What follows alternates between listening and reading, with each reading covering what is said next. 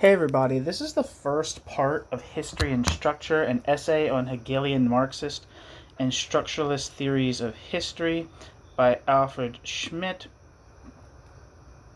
The first part is titled the theme, History Without Structure or Structure Without History. And that's like I don't know what's the word, framing of the content of the main essay, which is History and Structure. History and Structure is a tad long, so I'll probably have to break it up into multiple videos.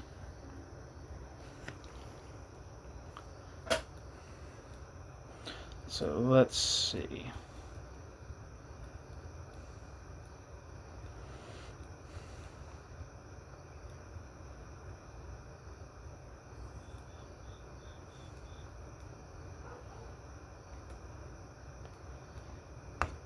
Here we are.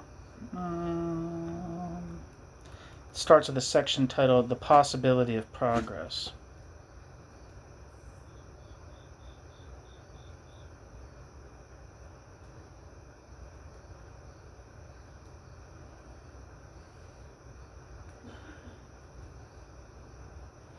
Wait, hold on.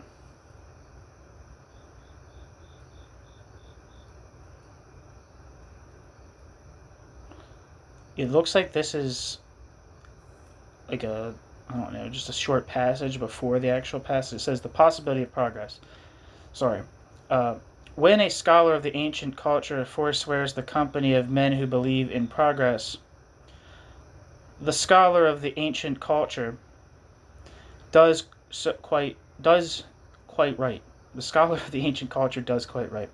For the greatness and goodness of ancient culture lie behind it, and historical education compels one to admit that they can never be fresh again. An unbearable stupidity or an equally insufferable fanaticism would be necessary to deny this, but men can consciously resolve to develop themselves toward a new culture, whilst formerly men only developed unconsciously and by chance. They can now create better conditions for the rise of human beings, for their nourishment, education, and instruction.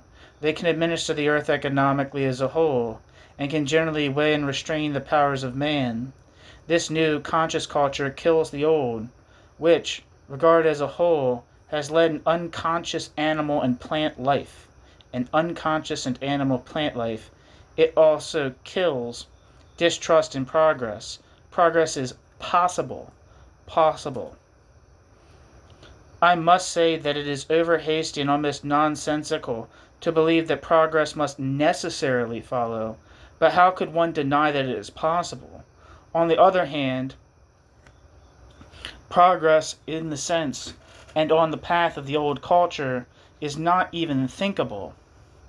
Even if romantic fantasy has also constantly used the word, quote, progress to denote its aims, for instance, circumscribed primitive national cultures, it borrows the picture of it in any case from the past.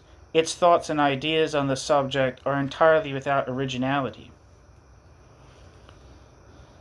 And so, that's a opening quote. That quote was from that entire passage that I just read. The possibility of progress is aphorism 24, Nietzsche, human all too human. It would be interesting to know a little bit more about critical theory, like Frankfurt School appropriation of Nietzsche. Especially considering like some of the comments, considering some of the things I read in Dirk Brownstein's Adorno's Critique of Political Economy, it seemed like they were pretty stoked on some, or at least pretty interested. At least Adorno was pretty interested in Nietzsche, I'm pretty sure. I'm not sure. Maybe I'm making that up. Maybe I'm misremembering that. But anyway, here's the actual piece, now that we're finally getting to it. The theme, history without structure or structure without history. A growing exhaustion with history, especially in the West, characterizes the second half of the 20th century. The highly polished research techniques of contemporary social science are increasingly dislodging historical thinking from the role it played in connection with the Enlightenment and German idealism, in Dilthey and the traditional Geisteswissenschaften, in Lebensphilosophie, and even in existentialism. Herbert Lüthi, I don't know if I'm saying that, Herbert Lüthi, has offered a drastic yet apt characterization of the contemporary, quote, mathematization of the social sciences, end quote, which he includes among the, quote, human sciences, end quote. Quote, the big computer, the status symbol of modern scholarship, is about to encompass the whole of human sciences. Since Levi-Strauss formulated the kinship structure of the Borero in terms of a model employing mathematical functions, a cultural sociology has emerged which represents a civilization as a closed communicative system, completely independent from the consciousness of individuals. It does so because it views individual consciousness as determined by this communication system, ... At bottom, the disintegration of the human sciences stems from the illusion, pursued with a methodical obsessiveness, that it is possible to escape from the reality of the interpretation of consciousness within human history and from the decisions concerning values and power which characterize this history into the ahistory of the mathematical formulae. End quote. Herbert Lüthi, or Lüthi, I'm not sure how to say it. I don't know if he's German or what his deal is.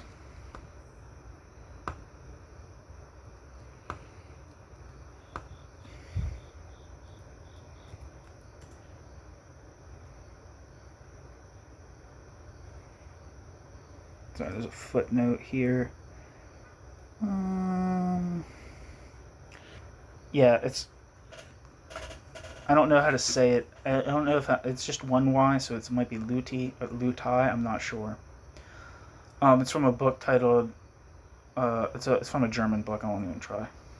On the aspect of this methodological repression of history which concerns the critique of language and ideology, see Herbert Marcuse's One-Dimensional Man. End footnote.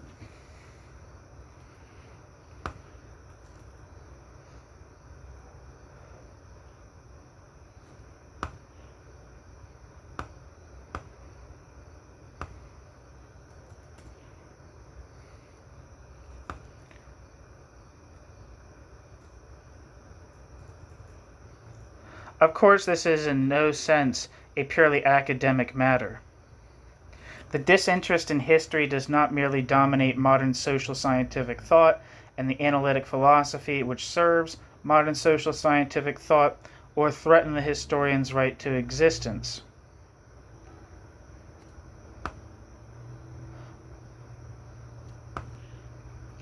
In addition, individuals in everyday life do without historical consciousness. As Nietzsche put it, they remain, quote, within the narrowest of horizons, end quote. Nietzsche, The Use and Abuse of History, translated by Adrian Collins, 1949. However, this finding is not the result of a neutral sociology of education. Rather, as Adorno emphatically stressed, an overpowering tendency which is itself derived from history manifests this overpowering tendency's self in the loss of historical consciousness in countless individuals. The, quote, shrinking of the consciousness of historical continuity, end quote, Adorno wrote, quote, is more than an aspect of decline. It is necessarily linked with the principle of progress in bourgeois society, end quote. Adorno.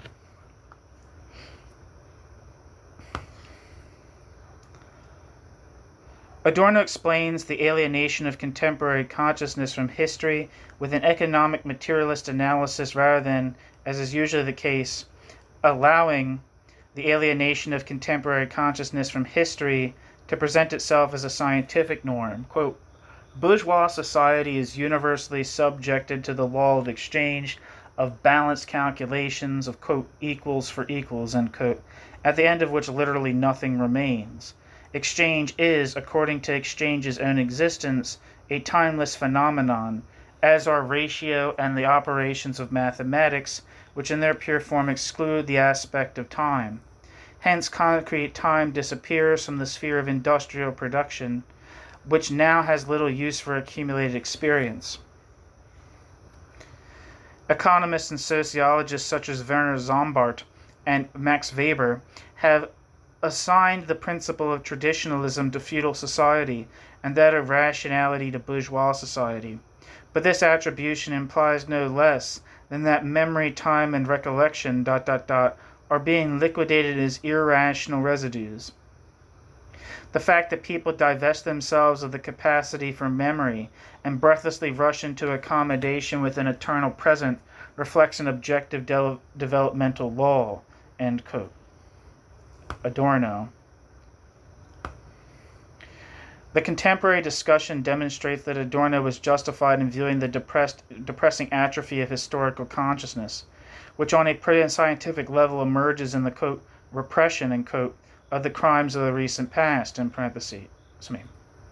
The contemporary discussion demonstrates that Adorno was justified in viewing the depressing atrophy of historical consciousness, which on a pre-scientific level emerges in the, quote, repression, end quote, of the crimes of the recent past, as symptomatic of a general, quote, weakening of the ego, end quote, in the post-liberal era.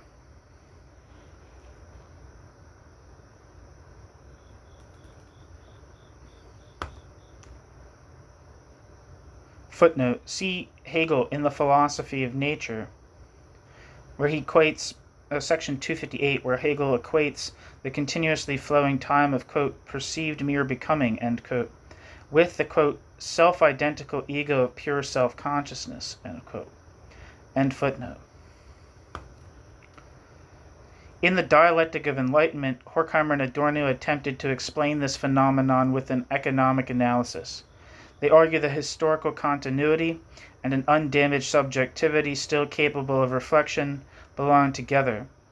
From this perspective, it is only logical that leading structuralist theorists combine a critique of traditional, chronologically oriented historical thinking with an equally harsh criticism of the concept of the unity and eminently historical nature of the ego. In so doing, they obliterate the epistemological subject-object problematic. Footnote. When Althusser interprets Marx's theory as, quote, theoretical and, quote, anti-historicism and even anti-humanism, each of these aspects conditions and presupposes the other.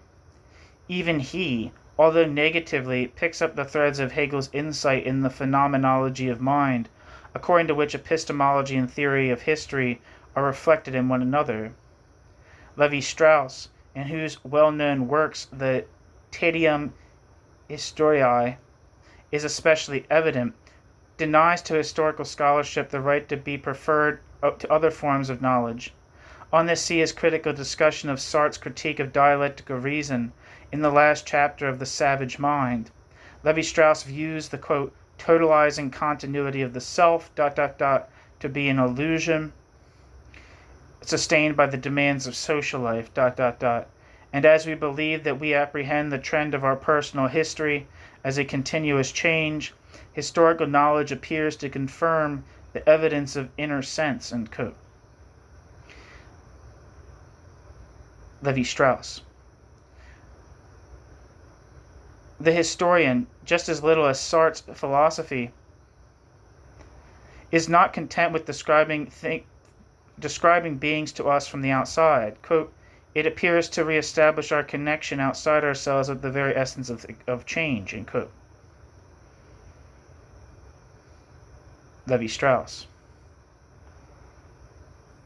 However, according to Levi-Strauss, this does not overcome the difficulty because the concept of the actual occurrence of the, quote, historical fact, end quote, remains problematic. Quote, each episode in a revolution or a war resolves itself into a multitude of individual psychic movements. Each of these movements, psychic movements. Each of these movements is the translation of unconscious development, and these resolve themselves into cerebral, hormonal, or nervous phenomena, which themselves have reference to the physical or chemical order, end quote. Levi-Strauss. Levi-Strauss's crass naturalistic reductions, in which nothing of history remains, lead into the, quote, abstract materialism of natural science, a materialism which excludes the historical process, end quote, and which Marx criticized in Capital, Volume 1. That quote was from Marx, the one that says, quote, abstract materialism of natural science, a materialism which excludes the historical process, end quote.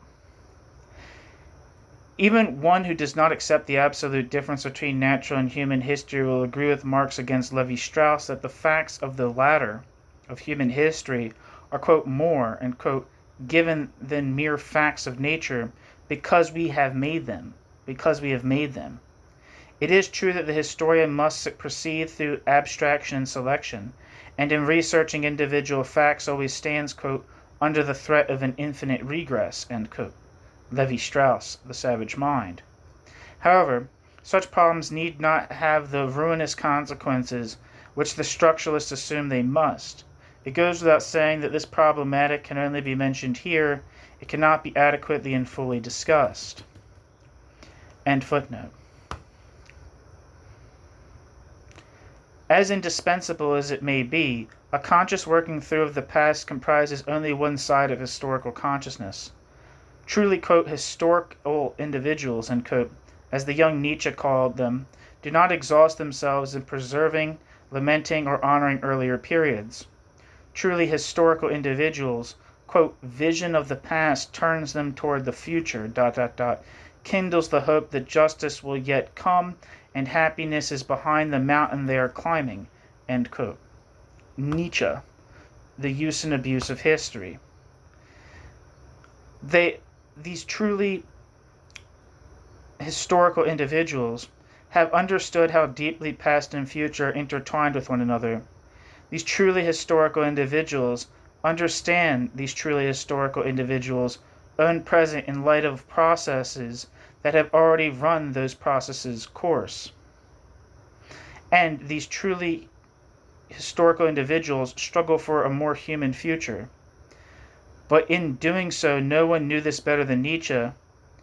Truly historic individuals think and act in spite of these truly historic individuals' historical knowledge and cultivation, at bottom, quote, unhistorically, end quote, because they think and act without regard for the existing state of affairs. These truly historic individuals' intensive labor in history, quote, does not serve pure knowledge but life, end quote. Nietzsche. The Use and Abuse of History. This does not bother Nietzsche, for, quote, man can only become man, ... by his power of transforming events into history, end quote. Nietzsche. The Use and Abuse of History. For Nietzsche, the point is always to break through rigid and burdensome structures. An approach to history which is hostile to history in the dialectical sense presented in The Use and Abuse of History, and which served, quote, a powerful life curtain of the developing culture, end quote, will never be able to claim that it is a pure, quote, science comparable to mathematics. But it can, Nietzsche argues, free us from the false objectivity of thing-like, rigidified factuality merely waiting to be registered, a factuality which, in Nietzsche's view, as an opponent of positivism, quote, is always dull, at all times more like a calf than a god, end quote. Nietzsche, The Use and Abuse of History.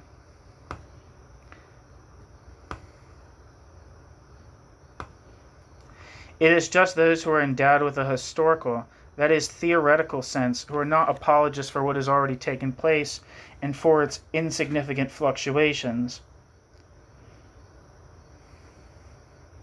Those who are endowed with historical, that is, theoretical sense, resist, rather than drift along on historical currents.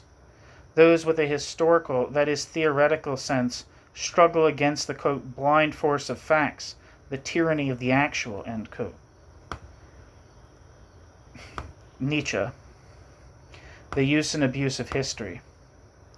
Our temporal distance to Nietzsche's great utopian project allows us to evaluate the difficulties encountered by contemporary historical consciousness. An idea of history which rests on Marx and Marxism is not immune from these difficulties. The Marxist conception of history, just as that of the Marxist conception of history's supposedly secular opponent, Nietzsche, is strongly oriented to the present. Footnote: modern historians such as Reinhard Wittram leave no doubt that the historian's, quote, present has a, quote, important function in historical knowledge, end quote. End footnote.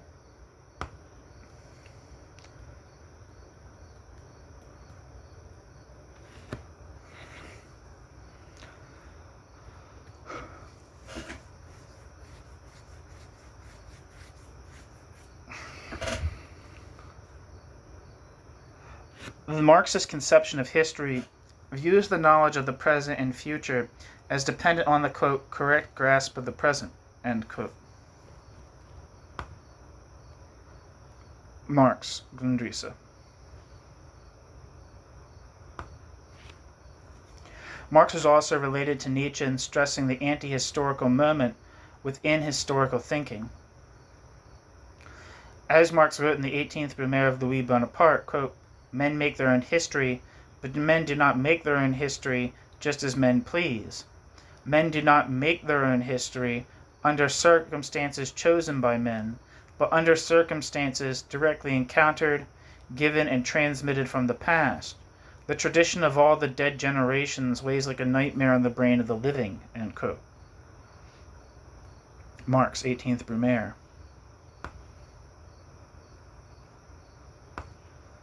In a manner distinct from, yet indebted to Hegel, Marx places the subjective-objective, quote, dual character, end quote, of the historical process in the center of his considerations.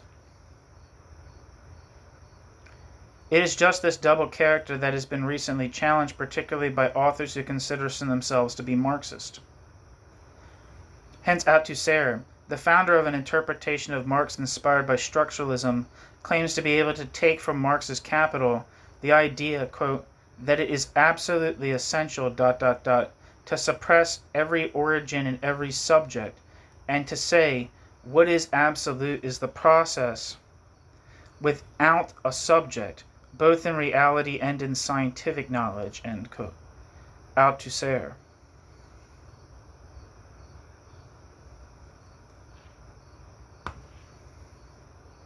Lenin in Philosophy and Other Essays.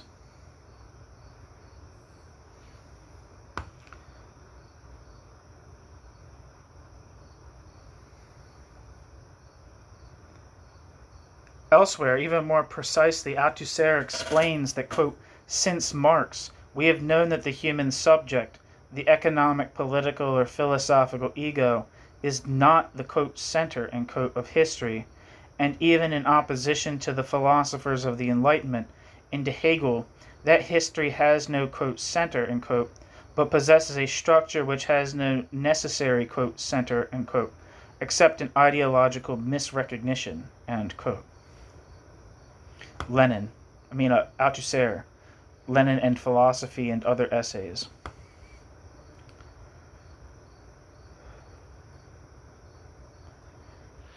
It does not necessarily follow from this that the Marx interpretation of the Althusser school must deny history completely. Rather, it strives for a theory of transformation processes of social structures in which the methodological priority accorded to the synchronic over the diachronic inevitably means that questions concerning the content of historical experience are dealt with in a cursory manner or are devalued from the outset. What can remain in the way of a theory of history from an interpretation which has already characterized the question concerning the unified subject of historical movement as, quote, ideological, end quote.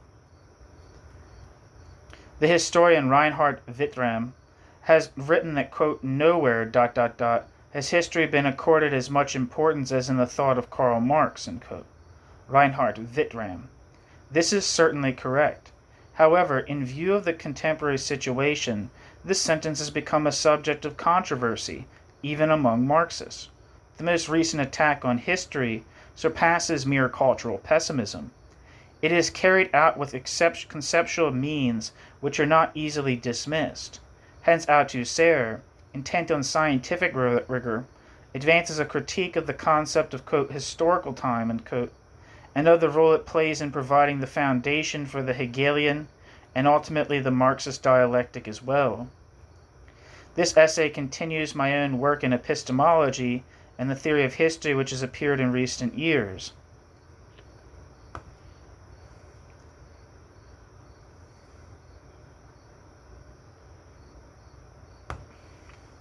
I am aware that the structuralist polemic against the all too smooth linearity of a naive evolutionist understanding of history, a view that was not at all alien to the Marxism of the Second International, contains moments of truth.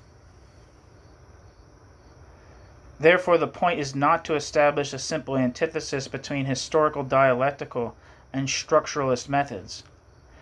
Every metacritique of the Althusserian exegesis must simultaneously attempt to apply its productive results to itself. But even those who do not accept the thesis, which is fundamental for Althusser, that Marx's life work presents two absolutely separate, quote, problematics, a, quote, ideological problematic in the early writings and a, quote, scientific problematic in Capital, will see how little one can speak of a, quote, historicism, end quote, imprisoned by mere chronology in the work of the mature Marx.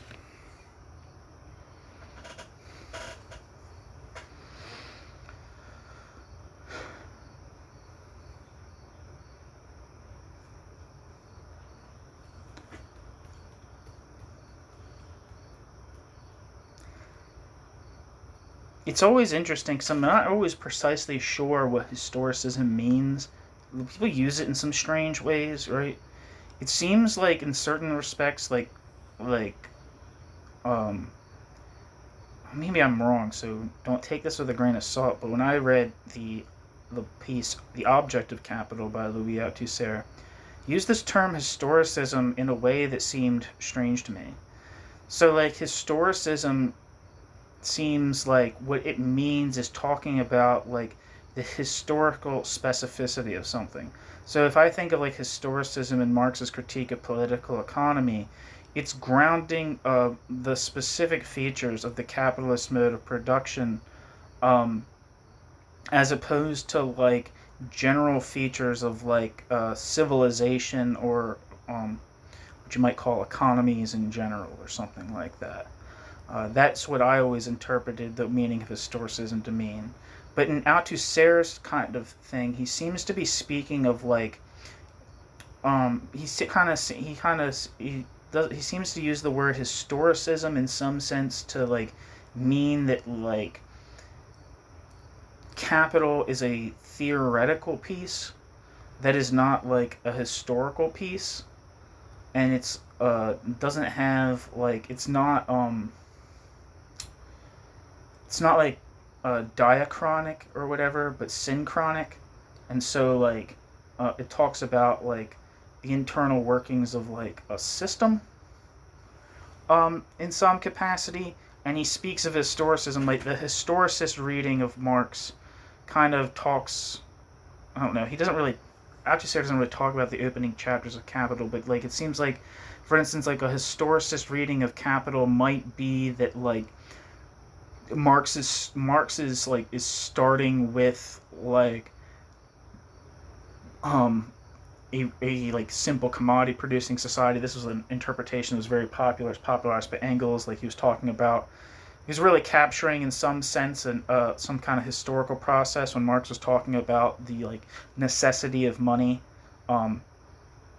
as like what a value form theorist would say. Like, he was, like, kind of like showing, I mean, at least to my understanding, is what the value form theorists are saying, is that Marx is showing, like, the necessity of money, of, like, an abstract general equivalent to represent, to capture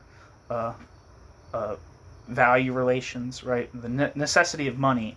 Whereas Engels kind of had the interpretation, and Marx was like talking about a simple commodity producing society, and its movement from like barter uh, to exchange, and like capital is kind of like a historical kind of work in some sense, as opposed to like a book that works on like a high level of like a high like theoretical register about like the necessary features of capitalism in its like ideal average. I think Althusser might have been one of the first people to really emphasize the ideal average concept of like what capital's object is. That's kind of like seems like a main thing. Basically, to return to what I'm saying, I started talking about historicism, but what I'm saying is that like when I was reading Althusser, I could not quite capture what he meant by historicism.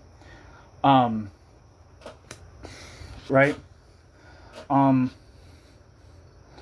So in the sense that like I agree that that Capital is not like a history book, but is like a theoretical work about the necessary features of capitalism and like its ideal average, right?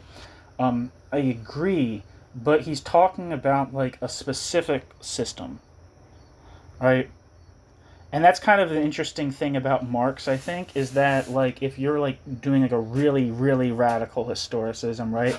I think that might be like postmodernism might be an example of that, right? I mean, like postmodernism is a tough word to really like break down, but the idea of like everything kind of lacking a systematic character, they're not really being any kind of like general tendencies that have causal effects, but everything's kind of like contingent about like specific power relations at very, very specific times. It's very like micro in terms of its scope, whereas Capital, or Marx's critique of political autonomy, it's a historically specific. It's talking about a historically specific like social formation, but it's not saying that like, but it's not like kind of like, so its historicism kind of has like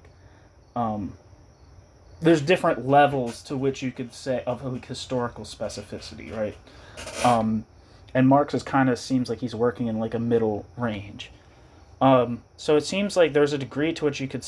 I feel like I want to agree with the critique of this of like Capital being a historicism, but then on the other hand, I feel like it's capturing something. It's discussing a historically specific like mode of life, and I think, and on that basis, I want to say that Capital is historicist, but I'm not precise. For me personally, I'm not precisely sure what is meant by historicism. But let's read that last sentence, and then I'll just move on. But it seems like it could have meaning. But even those who do not accept the thesis, which is fundamental for Althusser, that Marx's life work presents two absolutely separate, quote, problematics, a, quote, ideological problematic in the early writings and a, quote, scientific problematic in Capital, will see how one can speak of a, quote, historicism and, quote, imprisoned by mere chronology in the work of the mature Marx. In any case, the thesis which is being argued in opposition to Althusser in the following essay is that the, quote, constructive, end quote, aspect of the method of Marx's Capital can be more adequately grounded in a materialist interpretation of Hegel. A materialist interpretation of Hegel. Insofar as I am attempting to defend the Hegelian heritage in Marx, I will do so by examining the role of the dialectic in Marx's Capital, referring primarily to Hegel's science of logic in the process. At many points, the ensuing critique of Althusser turns into a positive presentation of Marx, from the material of political economy to the epistemology that is inseparable from it. This essay should contribute to the epistemological reflection of materialist historical thought, which has recently begun in various places and which continues an important task, not least of all in a political sense. In using the term historique with a K, theory of history, I'm referring to Johann Gustav Droysen's well-known book, which he viewed in a partially critical reception of Hegel as a, quote, scientific theory of history, as its encyclopedia and methodology, end quote.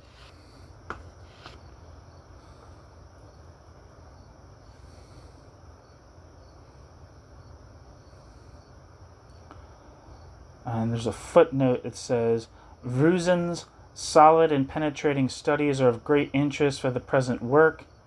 In the latter essay mentioned above, Reusen shows that in Joyce's work there is, quote, a unity of politics and historical scholarship, which is typical for the epoch of the bourgeois revolution in Germany. History as the object of historical research is at the same time for Joyce a spur to political practice whose theoretical guidelines emerge from scientific investigation of the heritage and contemporary presence of the past, end quote. Jörn Reusen.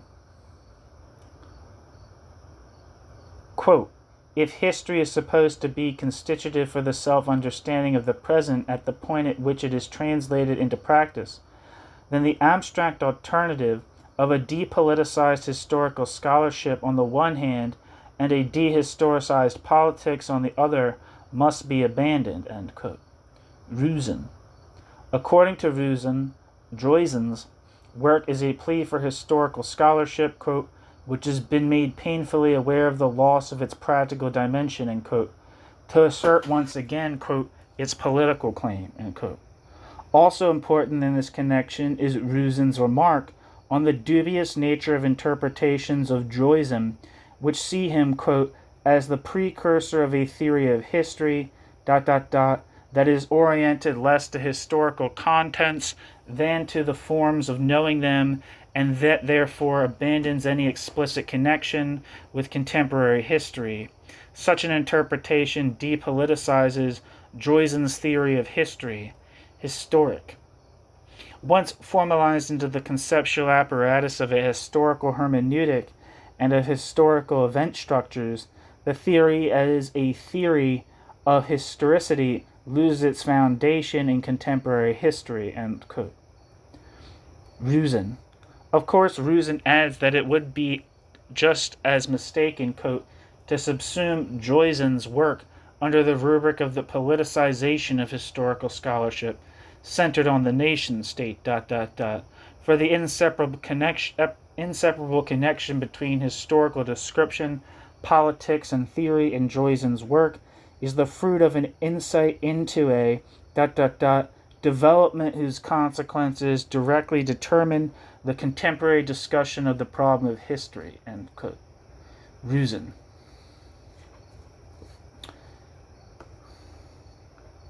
End footnote. Regardless of its obvious differences with Marxist materialism, Joyce's work contains a great deal that is worth considering, especially today.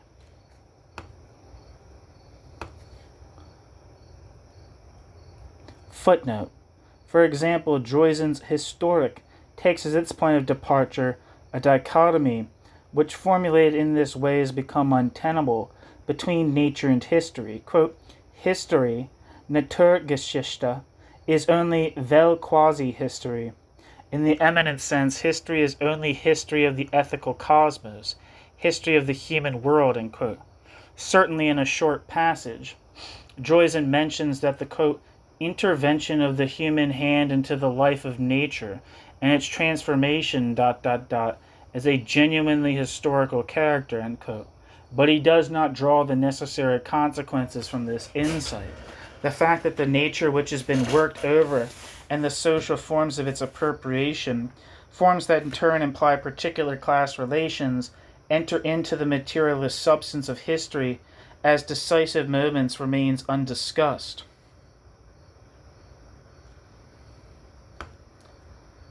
End footnote. Jörn Reusen, a commentator on Joyce's work, stresses that in his Historik, Joyce sees, quote, in politics, historical scholarship, and historical theory equally significant moments of a single intention, end quote. Reusen, Politisches Denken und Geschichtswissenschaft, by J.G. Joyce. I don't know how to say letters in German. I don't know how to say anything in German. End footnote. Jörn Rüsen, a commentator on Droysen's work, stresses that in his Historik, Droysen sees, quote, in politics, historical scholarship and historical theory equally significant moments of a single intention, end quote. For Droysen, none of these three activities is, a priori, superior to the other two. All rest on material history which, in turn, can be unraveled only from the perspective of the present and the present's needs. Droysen's conception of history seeks to link historical scholarship and politics together by uniting, quote, historical knowing and historical reality, end quote, at the point at which, quote, the subject and object of historical scholarship merge into one another, that is, on the front of history taking place now, or living in memory or anticipation, end quote. Rüsen. This, in turn, points to a materialist element in Droysen's work, namely that scientific rationality must enlighten itself concerning the pre-methodological, social-practical presuppositions of scientific rationality's subject matter.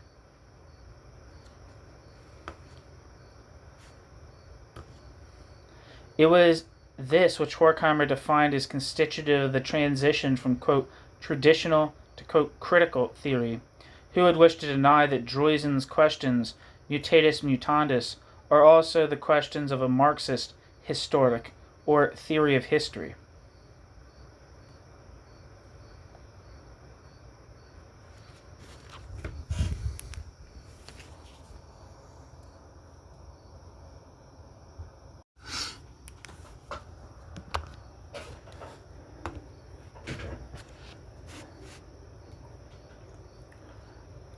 Droysen recognizes the relative appropriateness of describing historical method apart from historical method's contents.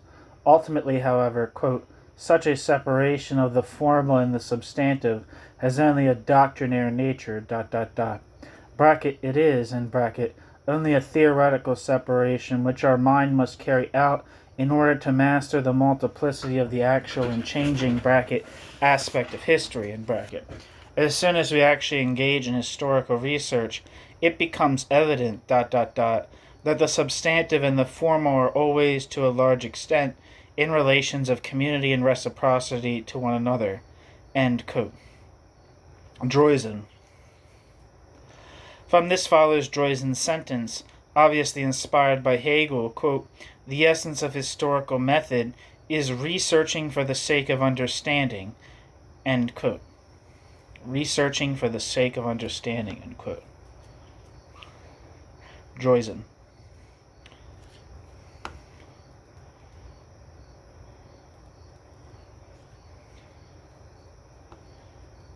From this follows Droysen's sentence, in spite of the epistemological reservations, method is determined, quote, by the morphological character of its material, end quote.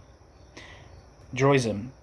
In other words, historical scholarship deals with, and must adapt to, material that is always already structured. However, in so doing, it does not produce a, quote, mirror image of the present and the past, ... but rather a conception of the present and the past, which continuously expands, supplements, and corrects itself, end quote.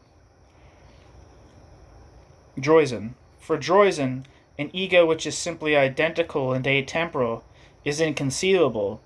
Rather, an ego's, quote, content, end quote, is always a, quote, mediated, developed, that is, historical result, end quote. Droysen. In contrast to subsequent usage of the word, as in Scheller, Droysen does not understand historik to imply a speculative construction claiming total knowledge of world history. Droysen is as suspicious of a, quote, philosophy or theology of history, end quote, as of, quote, a physics of the historical world, end quote, Droysen. Instead, like thinkers from Kant to Lukács and Sartre, Droysen adheres to the principle, which has come under attack from the structuralists, that humanity considered as a, quote, general, continuously self-developing, quote, ego, constitutes the, quote, subject of history, end quote. However, Droysen is careful not to determine the course of history in a dogmatic manner. Quote, the historique, must set itself the task of being an organon of historical thinking and research, end quote. The historique encompasses its, quote, its methodology. The historique encompasses its, quote, methodology, the systematization of the subject of historical research and the topics under which the results of historical research are presented, end quote.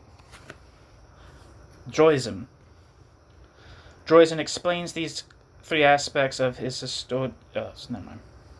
I'm going to look this guy up because I thought he was just going to be someone he was just going to pass and write about in passing, but that doesn't seem to be the case.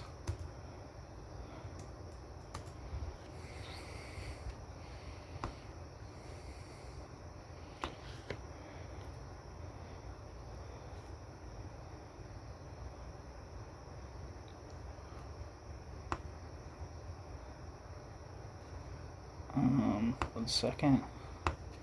What are his initials again? J.G. Droysen.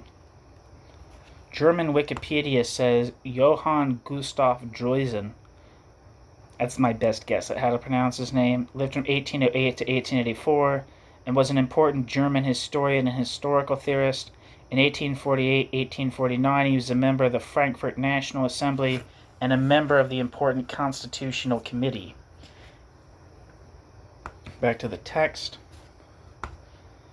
According to Droysen, historical method is adequate to historical method's task if historical method reflects on the special nature of historical method's material.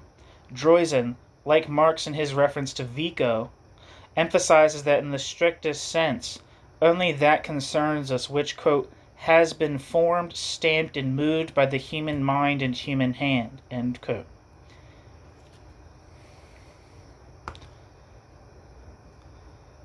Droysen. In relation to these historical products, Droysen continues, quote, we are and feel ourselves to be essentially similar and in relations of reciprocity, end quote. Droysen. Although Droysen does not employ a dialectical terminology, considerations such as these are of a dialectical nature. The subject-object structure of the historical elevates the researcher above abstract alternatives. Simultaneously, he must proceed synthetically and analytically, inductively, and deductively. The same holds true for the relation between the part and the whole. They reciprocally illuminate one another. The individual empirical findings becomes an individual, quote, totality in itself, end quote, only in a comprehensible context of a more encompassing social whole. It would, however, be wrong to absolutize the more encompassing social whole. In spite of their shortcomings, the relevance of Droysen's lectures on historical methodology for the reflection of Marxist materialism on Marxist materialism's self derives not only from the above-mentioned issues in the contemporary theory of history, but also from historical discussions of these issues. I shall briefly recall these discussions, since they lead to the question of the object domain of a Marxist historical method. In that it is related to the young Dilthey's, that's D-I-L-T-H-E-Y, Dilthey's, quote, critique of historical reason, end quote, Droysen's undertaking belongs to the post-idealist period.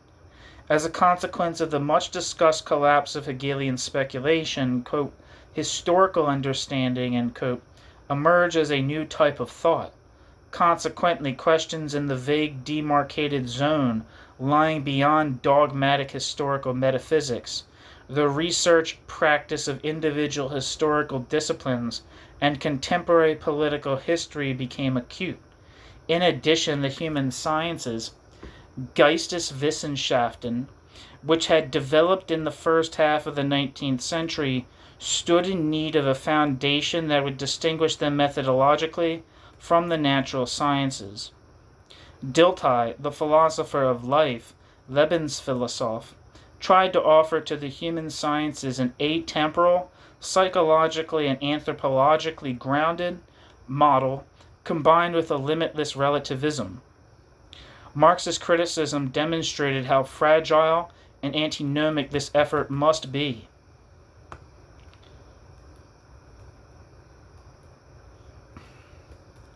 Footnote: Lukács's polemic against Lebensphilosophy may well hit an important aspect of the highly complicated work of Dilthey. However, the studies by Gorsen, Habermas, and Lieber demonstrate that Lukács's critique did not settle the matter. Manfred Riedel's essay, Das erkenntniskritische Motiv in Diltheys Theorie der Geisteswissenschaften, points for this to historical parallels in Feuerbach, Marx, and Nietzsche that have not yet received much attention. End footnote. Marx and Engels were among the authors who contributed to the breakthrough of historical thinking in the last century. Marx and Engels faced the difficult question of how, out of the complex, infinitely rich reality of history, a theoretical pattern could emerge that we call, quote, history, the new, quote, science of history, end quote, which they inaugurated in the 1840s and endowed with universal significance, diverged from the academic historicism of the post-Hegelian period in three essential ways.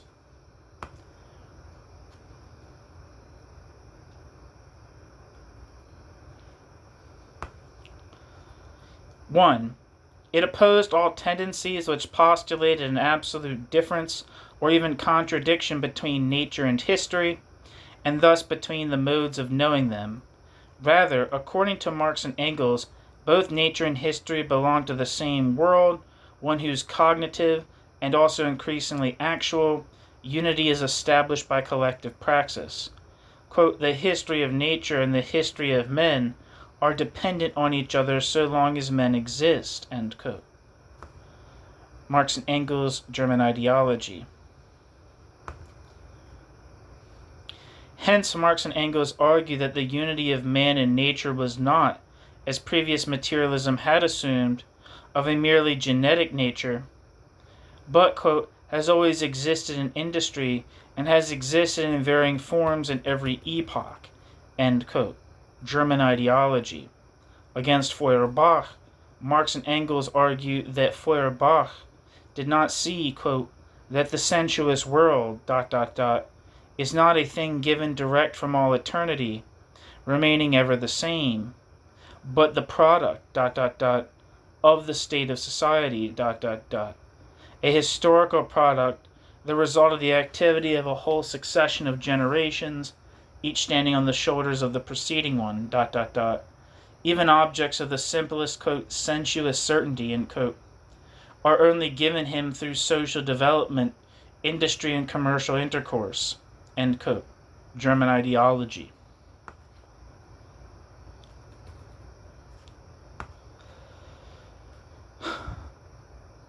These considerations are important for the theory of history because these considerations demonstrate that Marx and Engels do not indulge in a, quote, realism of historical method, end quote. Footnote. Georg Simmel understood this as the historiographical counterpart to this naive realism in the knowledge of nature. In his book, Die Probleme der Geschichtsphilosophie, Simmel wrote, quote, historical method is always given the task of allowing us to see things, quote, as things really were, end quote. In contrast to this view, one must make it clear that every act of cognition is a translation of the immediately given into a new language, which has that language's own forms, categories, and demands. As the facts ... enter into the realm of science, facts must answer certain questions which are never put to facts in reality. In order to satisfy the needs of knowledge, the facts receive an ordering scheme ... which is, as it were, over the head of reality, and which creates a new structure out of the facts. End quote. Georg Simmel.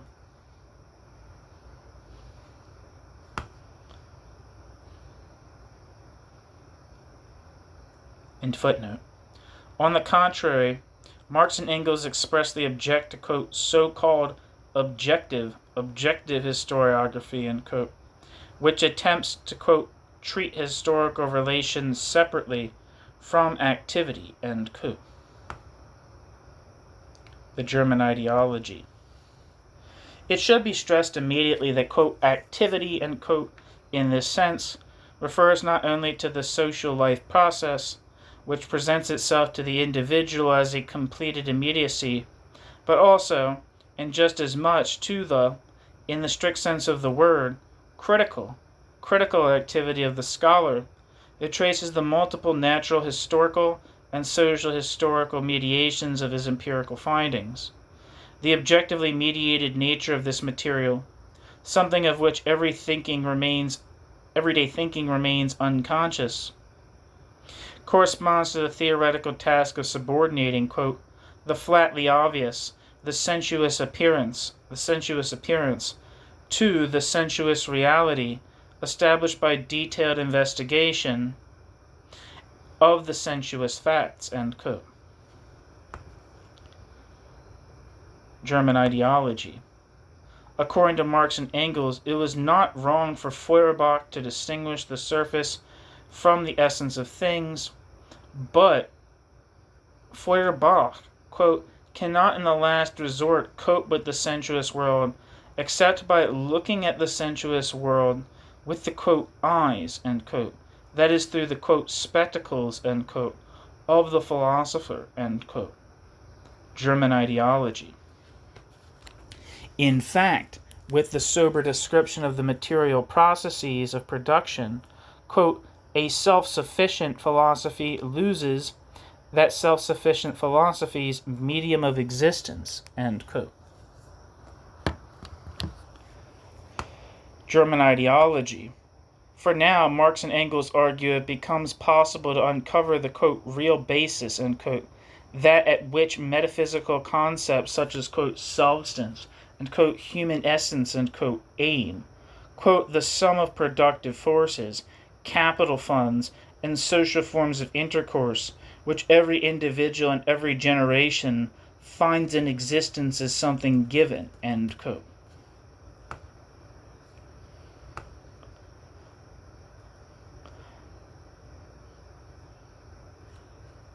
German ideology. In other words,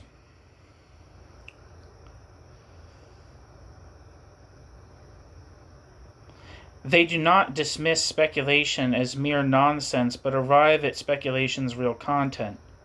Speculation enters into the conceptual apparatus of their materialist research and serves, quote, to facilitate the arrangement of historical material and to indicate the sequence of its separate strata, end quote.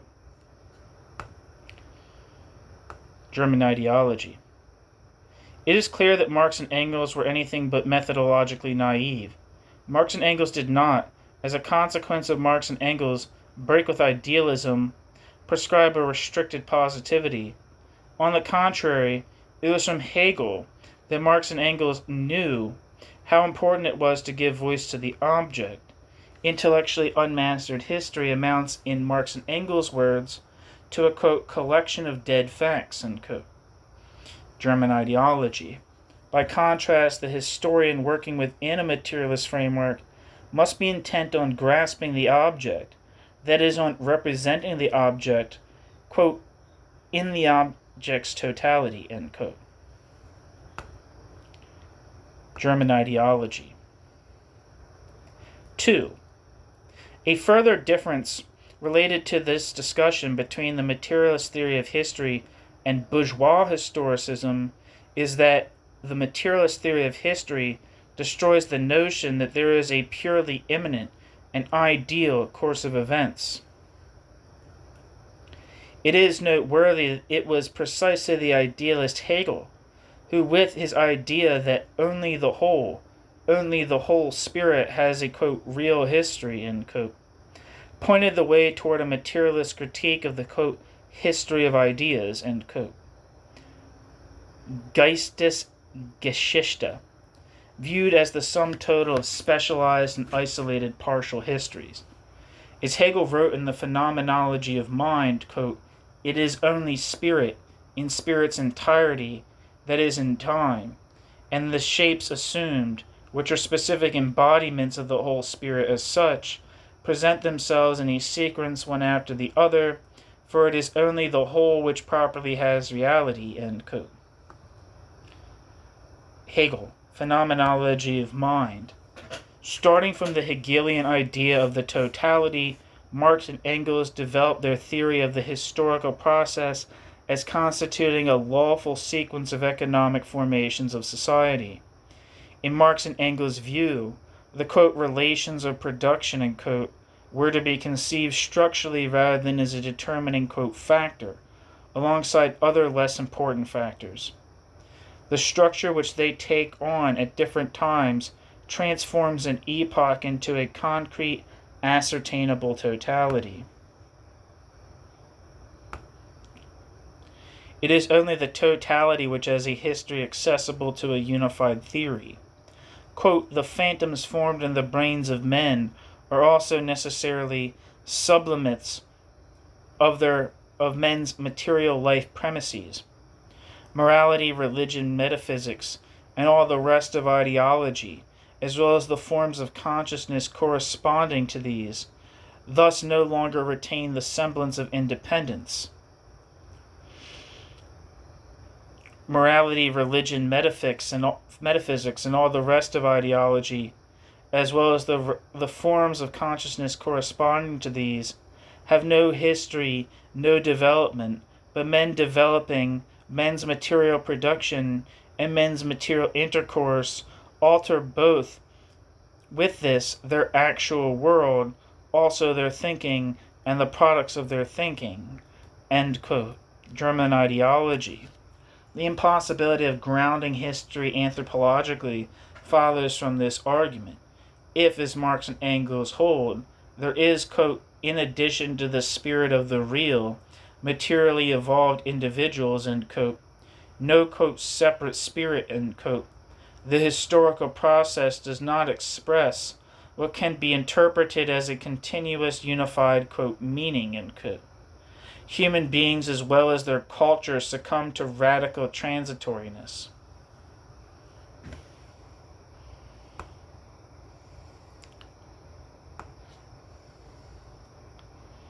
In order to clarify the matter more clearly, let us return to the problematic concept of Geistesgeschichte. Dilthey, of course, speaks of the world of objective spirit that is always already given. However, what is decisive for Dilthey remains the idea that this world can be explained only psychologically, that is, through the self-verification of individual, quote, experience, end quote. Dilthey grounds the unity of experience in the, quote, structural connections of the life of the soul, end quote, a phenomenon behind which, in Dilthey's view, we cannot investigate further. Dilthey continues, quote, because the systems of culture, ... have emerged from the living connections of the human soul, they can be understood only on the basis of this soul. Psychic facts comprise the most important elements of cultural systems, hence they cannot be understood without psychological analysis. End quote. Dilthey.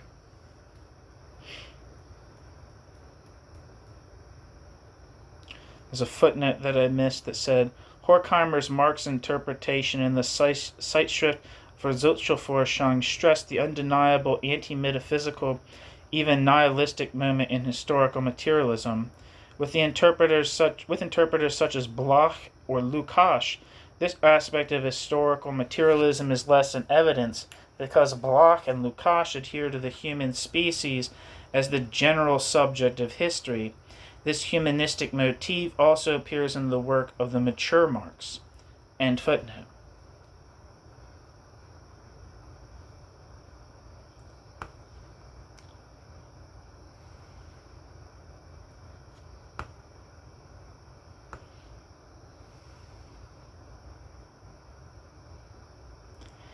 If, for Dilthey, psychology conceived in this sense becomes an indispensable auxiliary discipline to history, Dilthey seeks on the other hand to derive from the objectivity of history that with which psychology is to concern psychology's self. For example, Dilthey writes that, quote, "It is only in history, never in introspection, that the individual attains self-recognition," end quote. Dilthey.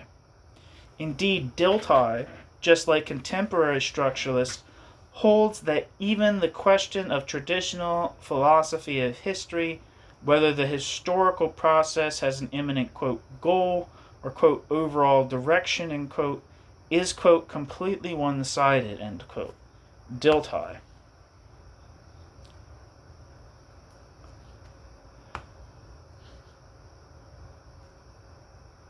History, Dilthey maintains, proceeds less in a linear progressive manner than in, quote, "separate consequences that are related to one another," end quote. Dilthey.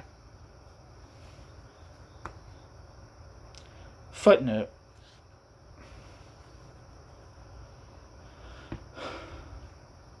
See page 307 of this Dilthey book, and this is where it says, where Dilthey directly challenges the idea that, quote, "in their concurrence and succession, historical events have the means of deducing either a causal nexus connecting these historical events, or laws of development governing these historical events, or a progress or development that takes place in and through these historical events," end quote. Dilthey. Today, structural historians argue no differently. End footnote.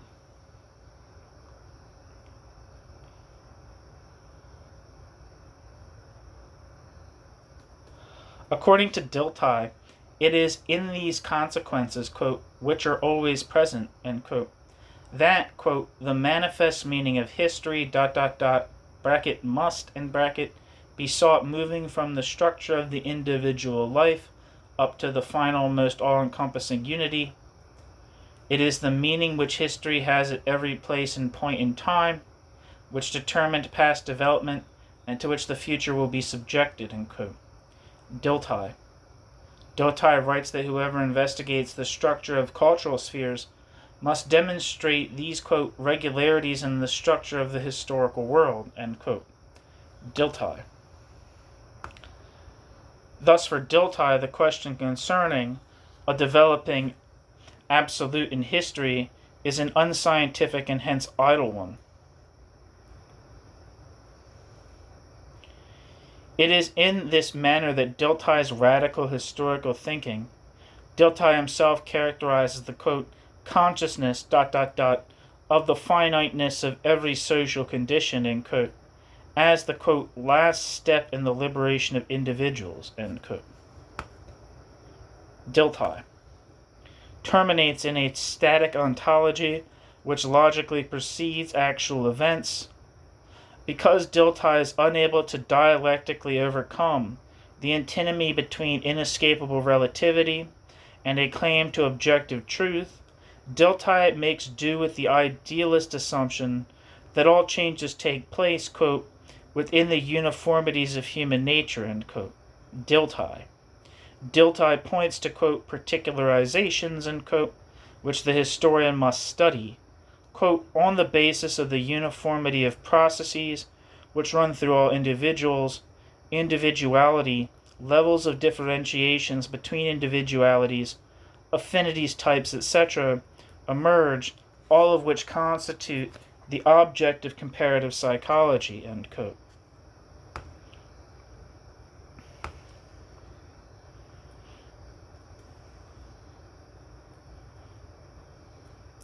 Dilthey convinced that, quote, the uniform is the foundation of individuation, end quote. Views the great cultural periods as transient forms of expression of something unchanging.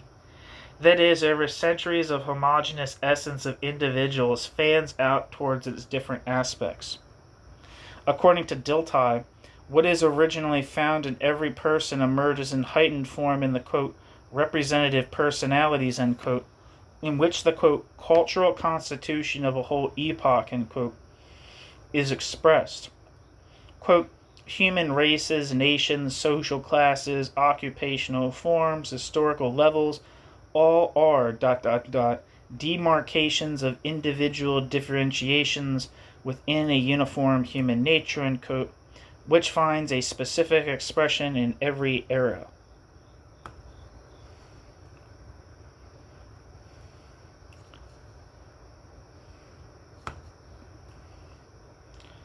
The dubious nature of conceiving human essence in this manner is clear. Dilthey's metaphysics raises to the level of differentiating aspects of the objectivations of psychologically interpreted, quote, life, what are in fact utterly distinct, natural, social, economic, and generally historical circumstances with which an epochal constellation of, quote, cultural systems, end quote, is associated. It is difficult to understand how the cultural phenomena, not to mention the unity, of an epoch rest on a structure of the soul, which in each case manifests one aspect of the whole nature of human beings.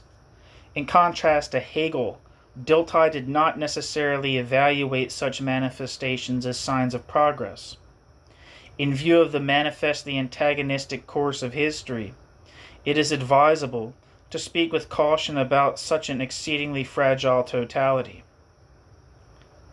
Furthermore, at all levels of the interaction of socially organized individuals, this historical process connects these socially organized individuals to both human and non-human external nature.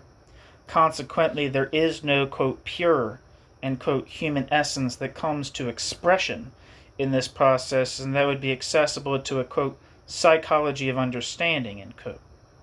Neither a particular period nor a sequence of stages can be grasped on the basis of, in Horkheimer's words, quote, the unified life of the soul of a universal human nature, end quote.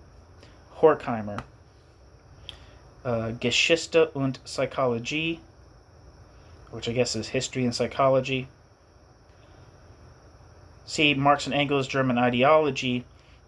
Footnote. See Marx and Engels, The German Ideology, page 61, on the critique of the idealist anthropological belief, quote, that all the relations of men can be derived from the concept of man. Man is conceived, the essence of man, capital M, man, end quote. End footnote. According to Horkheimer, quote, when history is divided up in accordance with the different modes in which the life process of ... society takes place, it is economic, not psychological categories which are the fundamental ones, end quote. Horkheimer.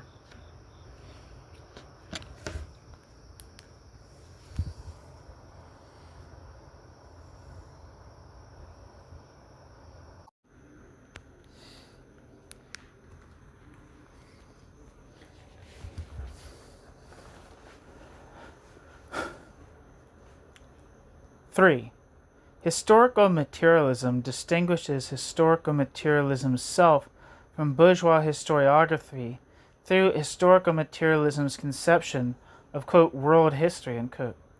Whereas traditional textbooks understand world history and universal history, terms that are often used promiscuously, as the, quote, effort to attain a total view of the whole historical process since the beginnings of human culture, end quote.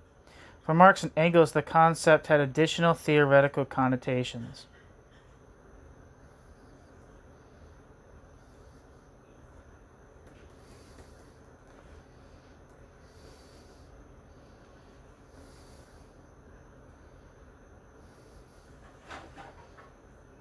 shit, hold on. God damn it.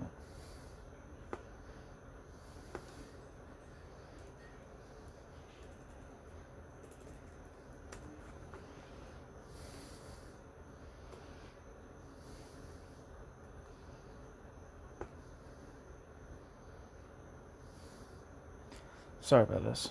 It's annoying.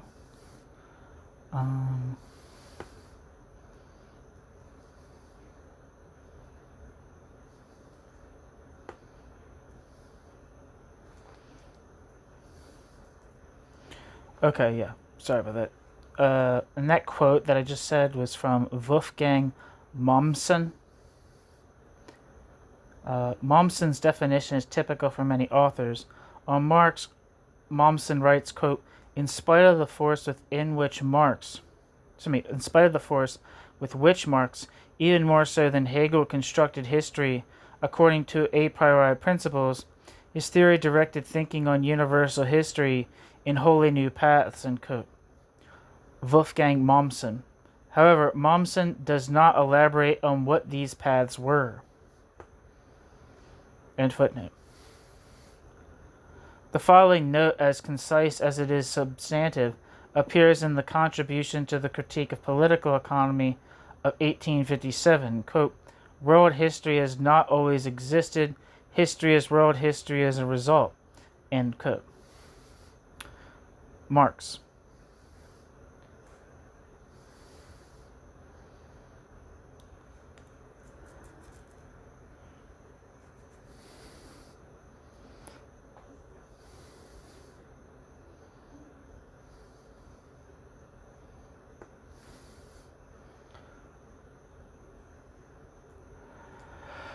For Marx, it is crucial that, quote, the concept of progress, not be grasped in the usual abstractness, end quote. Marx. In the 1850s, as Marx turned his attention to an almost overwhelming amount of social, historical material, and thus began preliminary work on Capital, Marx became aware of the uselessness of a rigid linear schema of successive historical stages. Marx is concerned not only with the, quote, uneven development of material production relative to, for example, artistic production, end quote, but also with the considerable disproportions and cleavages that he confronts, quote, within practical social relations themselves, end quote. Marx. For example, Marx asks how one can explain the fact that the modern relations of production, considered as legal relations, remain within the confines of Roman law, which in turn presuppose a completely different economy. This is a difficult question, a question which caused Marx to pay attention to the complex dialectic of chance and necessity. Marx's texts from this period testify to the care with which Marx proceeded on this point. The most important result of Marx's comprehensive historical studies which, and this is not always recognized today, constitute and to that extent belong to the material foundation of his whole political economic theory and his insight into the radical historicization of history, Vergeschichtlichung der Geschichte, that occurs with the, quote, development and, quote, existence of capitalist production. History becomes world history to the extent which individuals emerge from the naturalness of pre-bourgeois groups and communities and live in the context of relationships which are produced rather than given. Quote, thus capital creates the bourgeois society and the universal appropriation of nature, as well as the social bond itself, by members of society. Hence the great civilizing influence of capital, its production of a stage of society in comparison, to which all earlier ones appear as mere local developments of humanity and as native idolatry. In accordance with this tendency, capital drives beyond national barriers and prejudices, as well as traditional, confined, complacent, encrusted satisfactions of present needs and the reproduction of old ways of life. Capital ... tears down all the barriers that hem in the development and exchange of natural and mental forces, end quote. Marx, Grundrisse. Footnote. Here Marx again takes us up important motifs of his early writings, in particular the German ideology and the Communist Manifesto.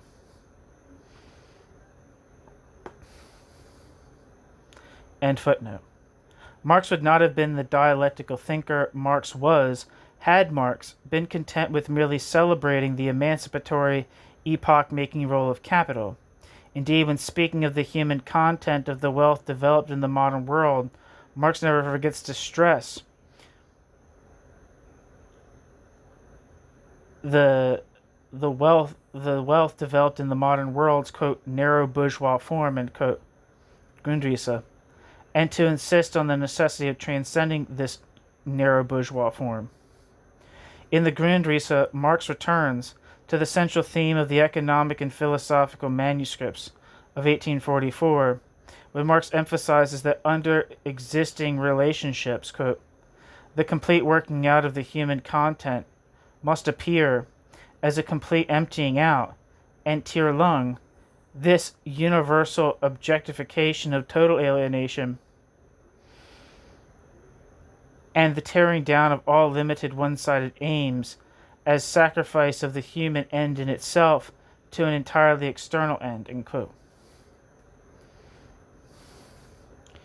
Grundrisse.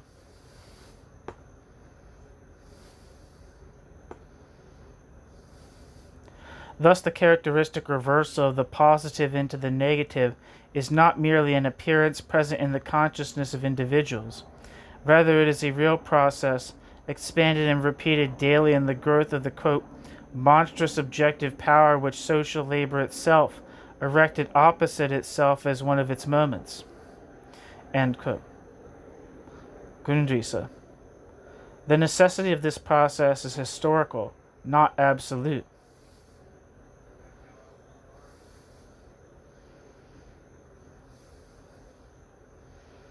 Only when living labor, in living labor's immediate form, no longer emerges as an isolated phenomenon, only with the overcoming of its character, quote, as merely internal, or merely external, with the positing of the activity of individuals as immediately general or social activity, are the objective moments of production stripped of this form of alienation.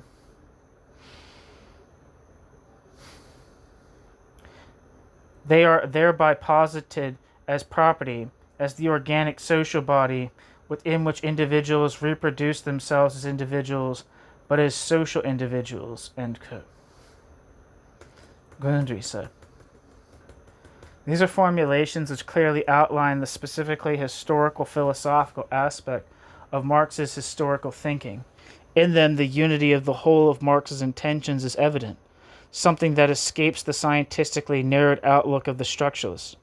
From the earliest to the most mature writings, Marx's work is defined by the idea of the, quote, free social individual, end quote, Grundrisse, an idea which cannot be evaluated simply on the basis of academic criteria, taken directly from any single academic discipline, but should be understood as something mediated in conjunction with the evolution of social wealth.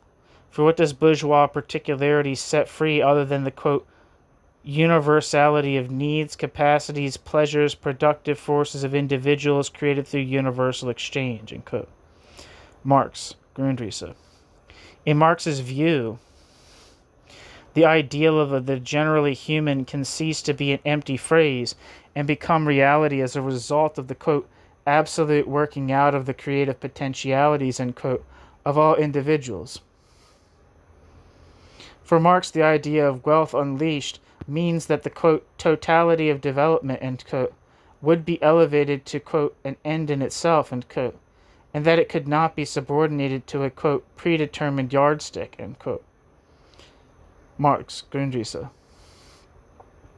In Marx's view, liberated humanity does not yearn to, quote, remain something that it has become, end quote, but rather resides, quote, in the absolute movement of becoming, end quote. Marx, Grundrisse. In 1844, Marx had already written, quote, "Reason has always existed, but not always in a rational form. Hence the critic can take his cue from every existing form of theoretical and practical consciousness, and from his ideal and final goal implicit in the actual forms of existing reality, he can deduce a true reality," end quote. Marx.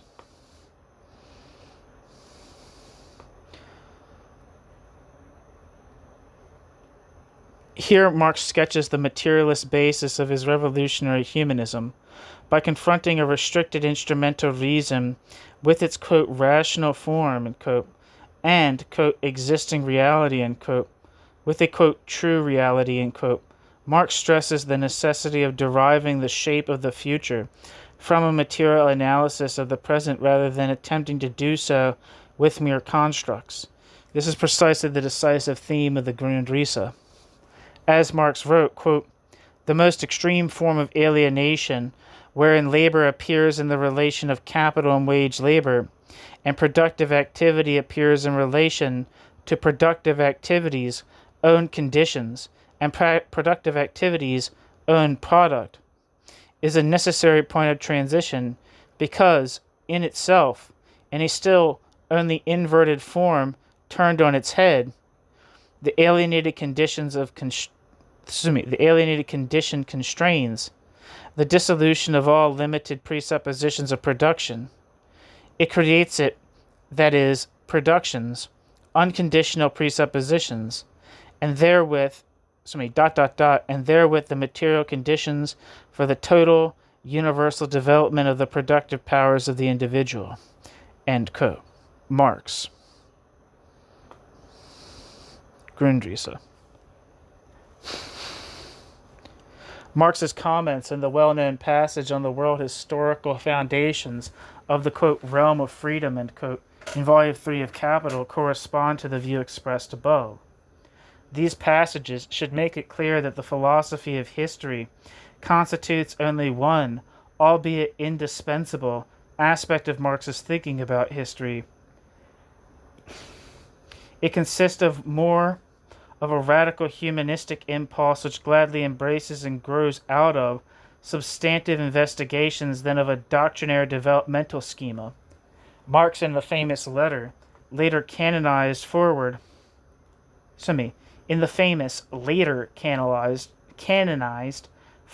to a contribution to the critique of political economy, explicitly referred to his theory that, quote, "the Asiatic, ancient, feudal, and modern bourgeois modes of production may be designated as epochs marking progress in the economic development of society," end quote. Marx, a contribution to the critique of political economy, as the, quote, "guiding principle," end quote, of Marx's studies.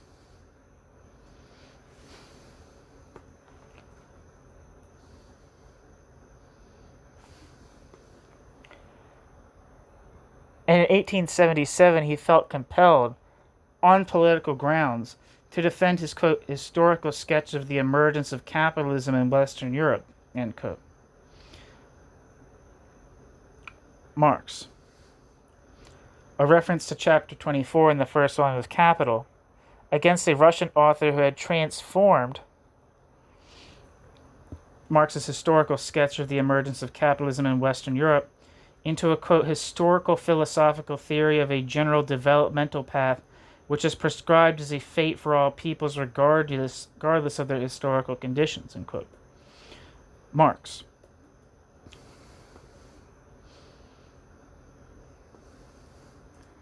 In Marx's views, such a, quote, "universal key," end quote, to history is mistaken. Quote, "Its great merit," end quote, Marx writes, quote, "consists in being suprahistorical," end quote. Marx. Marx the historian was not outwitted by Marx the historical theorist or politician. Marx combines an intellectual breadth which keeps him away from surface description, with a respect for facts which are often first established as facts per se, only on the basis of theory.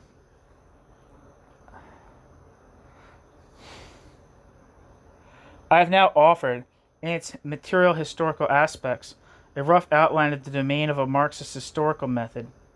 This domain encompasses, in Joyzen's terms, mutatis mutandis, first of all, a methodic, or a methodik, methodik,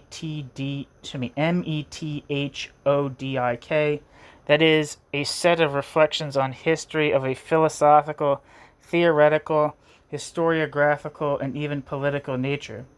Because the demarcation lines between these objectively conditioned modes of viewing history are only relative, it does not follow that we may neglect their differences. What holds true for the theory of dialectical materialism as a whole also applies to the historical method and its construction. Namely, that it is neither an undifferentiated unity nor a sum of unrelated isolated disciplines. The above should be kept in mind in order to prevent the possible misunderstanding that my intention in this work is purely academic and removed from the substantive problems of Marxism, which are simultaneously problems of our time. On the contrary, in putting forth the concept of a Marxist historical method, Marxisten Historik, I think I am able to focus general attention on a complex of problems whose contemporary significance I emphasized at the outset.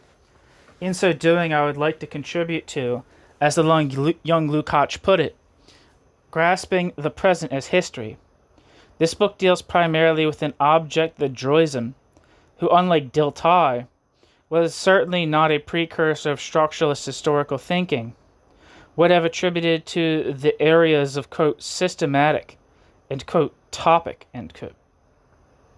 Owing to its polemical task, however, the introductory part deals relatively extensively with questions concerning material rather than formalized history.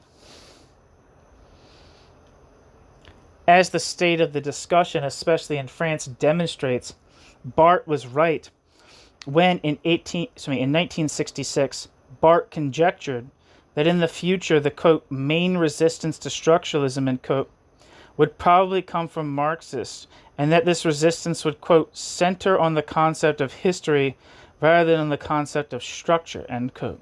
Barthes. Whereas interpreters of Marx had hitherto asserted that both concepts existed in, quote, dialectical unity, end quote, usually discussed under the heading, quote, relation of the logical to the historical, end quote. This often only formal statement no longer sufficed. To the extent that structuralist thinking emigrated from linguistics into the social sciences, and then established a preserve there, an important reconsideration was instituted in Marxism, above all in French Marxism. History, parenthesis, diachrony, and parenthesis, and structure, parenthesis, synchrony, and parenthesis, moved far apart from one another. At the very least, their hitherto merely asserted unity was rendered problematic. Thus Marx's Capital moved toward the center of heated debates between Althusser and his students on the one hand, and well-known authors such as Sartre, Lefebvre, Guattari on the other. This book picks up the threads of this still uncompleted discussion, one which I have been following for a long time. When the representatives of the Althusser school criticized the, quote, historicist and, quote, humanistic interpretation of Marx, they have in mind Gramsci above all. They reject his identification of philosophical theory with history, and the writing of history just as vehemently as they themselves place Marx's Capital as a, quote, pure theoretical work, end quote, in unmediated contradiction to, quote, concrete history, end quote.